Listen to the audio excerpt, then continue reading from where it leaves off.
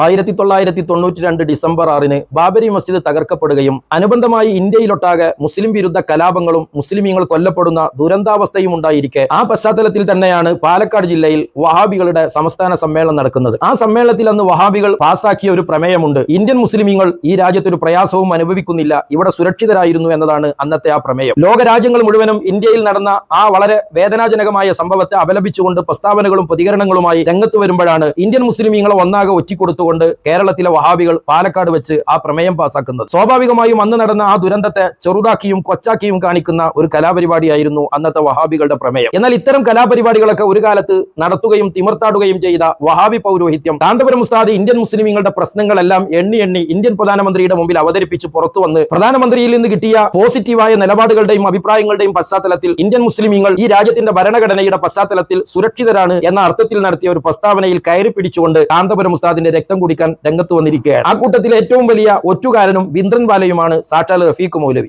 അയാൾ ഇന്ത്യൻ മുസ്ലിമീങ്ങളുമായി ബന്ധപ്പെട്ട അത്തരം ഒരു പ്രസ്താവന ഇതാദ്യമായിട്ടാണ് കേൾക്കുന്നത് എന്നാണ് വാചകമടിക്കുന്നത്. പ്രസ്താവന കണ്ടില്ലേ, ഉഷാറായിട്ടുണ്ട്. കാന്തപുരം ഉസ്താദ് നാളിതുവരെ നടത്തിയ പ്രസ്താവനകൾ എല്ലാം ഉഷാറാണ് റഫീഖ്. തന്റെയൊക്കെ പുരോഹിതന്മാർ സമുദായത്തിന്റെ പേരിൽ ഓരോ കാലത്ത് നടത്തിയ വങ്കത്തരങ്ങളെ ബുദ്ധിപരമായി പ്രതിരോധിക്കുന്ന പ്രസ്താവനകൾ മാത്രമേ കാന്തപുരം ഉസ്താദ് നടത്തിയിട്ടുള്ളൂ. അറിയോ റഫീഖ്, തനിക്ക് കൊടിയത്തൂരിലെ മുബാഹല, അന്ന് കാദ്യാനികളുമായി നിന്റെയൊക്കെ പുരോഹിതന്മാർ മുബാഹലക്ക് പോയപ്പോ അന്ന് കാന്തപുരം ഉസ്താദ് നടത്തിയ പ്രസ്താവനയല്ലേ പിന്നീട് ഉഷാറായി വന്നത്? ഇന്ത്യയുടെ റിപ്പബ്ലിക് ഡേ ബഹിഷ്കരിക്കണമെന്ന് തന്റെയൊക്കെ പുരോഹിതന്മാര് സമുദായ രാഷ്ട്രീയത്തിന്റെ ഓരം പറ്റി വിളിച്ചു കൂവിയപ്പോ അതിന് ഒത്താശ ചെയ്തപ്പോ പാടില്ല എന്ന കാന്തപുരം ഉസ്താദിന്റെ അന്നത്തെ പ്രസ്താവനയല്ലേ പിന്നെ വന്നത്? ആ പ്രസ്താവനയെ അളക്കാനൊന്നും തനിക്ക് ഈ ജന്മം മതിയാകില്ല റഫീഖ്. ഇന്ത്യയിൽ മുസ്ലിമീങ്ങൾക്ക് യാതൊരു പ്രശ്നവുമില്ല എന്നാണ് പറഞ്ഞത്. അപ്പോ ഒരു സത്യം ഇപ്പോഴാണ് മനസ്സിലായത്. ഓഹോ, റഫീഖ് മൗലവിക്ക് ഇപ്പോഴാണ് ആ സത്യം മനസ്സിലായത്. ഡിസംബർ 6 ബാബരി മസ്ജിദ് പൊളിക്കപ്പെട്ട പശ്ചാത്തലത്തിൽ പാലക്കാട് വഹാബികൾ ഒരുമിച്ച് കൂടി ഇന്ത്യൻ മുസ്ലിമീങ്ങൾക്ക് ഒരു പ്രയാസമല്ല എന്ന് പ്രമേയം പാസാക്കിയപ്പോ താൻ എവിടെയായിരുന്നു റഫീഖ്? അത്തരം കാര്യമൊന്നും താൻ അറിയില്ലെങ്കിൽ ഗൾഫിലെ 4 മുക്കാല് കിട്ടിയപ്പോ ആ നക്കാപ്പിച്ചക്ക് വേണ്ടി താൻ വഹാബി ആയതാണോ? അതല്ല നേരത്തെ തന്നെ വഹാബി ആയിരുന്നെങ്കിൽ പാലക്കാട് മുജാഹിദ് സമ്മേളനത്തിന്റെ ഒരു ചരിത്രോ ചുക്കോ ചുണ്ണാമ്പോ തനിക്കൊന്നും അറിയില്ല റഫീഖ്. ഇത്രയും കാലം നമ്മളൊക്കെ വിചാരിച്ചിരുന്നത് ഇന്ത്യയിൽ മുസ്ലിമീങ്ങൾക്ക് വലിയ പ്രയാസങ്ങളും പ്രതിസന്ധികളൊക്കെ ഉണ്ട് എന്നായിരുന്നു.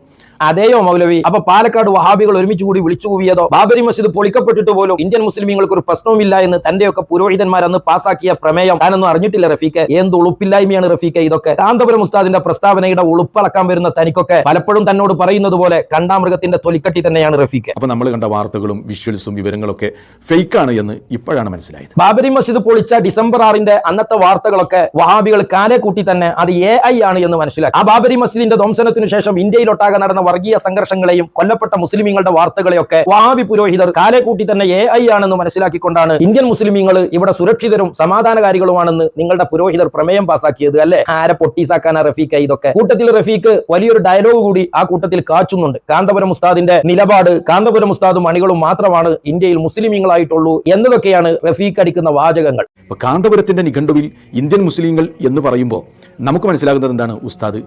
ഉസ്താദിന്റെ മകൻ പേരോട്, അതേപോലെ ഖലീൽ ബുഖാരി, ഇവരുടെ സംഘടന, അവരുടെ അനുയായികൾ, അവരുടെ സ്ഥാപനങ്ങൾ, അവരുടെ അറബി കോളേജുകൾ, ജംഗമ വസ്തുക്കൾ, ഇതൊക്കെയാണ് ഇവരുടെ നിഘണ്ടുവിൽ ഇന്ത്യൻ മുസ്ലിങ്ങൾ. എന്റെ പൊന്നു ചങ്ങാതി, എന്തോ ഒരു തൊലിക്കട്ടിയാണ് തനിക്കൊക്കെ. നാഴികക്ക് 40 വട്ടം ഈ നാട്ടിലുടനീളം ഇവിടെയുള്ള മുഖ്യധാര മുസ്ലിമീങ്ങൾ മുശ്രിക്കാണ്, തൗഹീദില്ലാത്തവരാണ്, ഷിർക്കിന്റെ പ്രചാരകരാണ്, മക്ക മുശ്രിക്കുകളെക്കാളും വലിയ മുശ്രിക്ക് കേരളത്തിലെ സമസ്ത പ്രതിനിധാനം ചെയ്യുന്ന മുഖ്യധാര മുസ്ലിമീങ്ങളാണ് എന്ന് തുടങ്ങി ഒറ്റക്കും കൂട്ടമായും മുസ്ലിമീങ്ങളെ മൊത്തമായും ചില്ലറയായും കുഫ്ർ ആരോപിച്ച് കലഹം കൂട്ടുന്ന വഹാബി പുരോഹിത പക്ഷത്തു നിന്നുകൊണ്ട് കാന്തപുരം ഉസ്താദാണ് മറ്റുള്ള മുസ്ലിമീങ്ങളെ മുസ്ലിമീങ്ങളായി കാണാത്തത് എന്നൊക്കെ വിളിച്ചു കൂടണമെങ്കിൽ കണ്ടാമൃഗം നാണിക്കുന്ന തൊലിക്കട്ടി തനിക്കുണ്ടാവേണ്ടതല്ലേ റഫീഖ്? ഇത്രയും ചർമ്മ സൗഭാഗ്യമൊക്കെ കൂടെ കൊണ്ട് നടക്കാൻ പാടുണ്ടോ റഫീഖ്? ആരെ പൊട്ടീസാക്കാനായി തോന്നിവാസമൊക്കെ വിളിച്ചു കൂവുന്നത്? കാന്തപുരം ഉസ്താദിന്റെ ഇച്ചിരി റാന്തൽ ഇറച്ചി തിന്നാൻ കിട്ടുമെന്ന് കരുതിയപ്പോ താനും രംഗം കൈയടക്കി രംഗത്ത് വന്നിരിക്കുകയാണ്. പക്ഷേ ഇതൊന്നും ഇവിടെ ചെലവാകില്ല റഫീഖ്.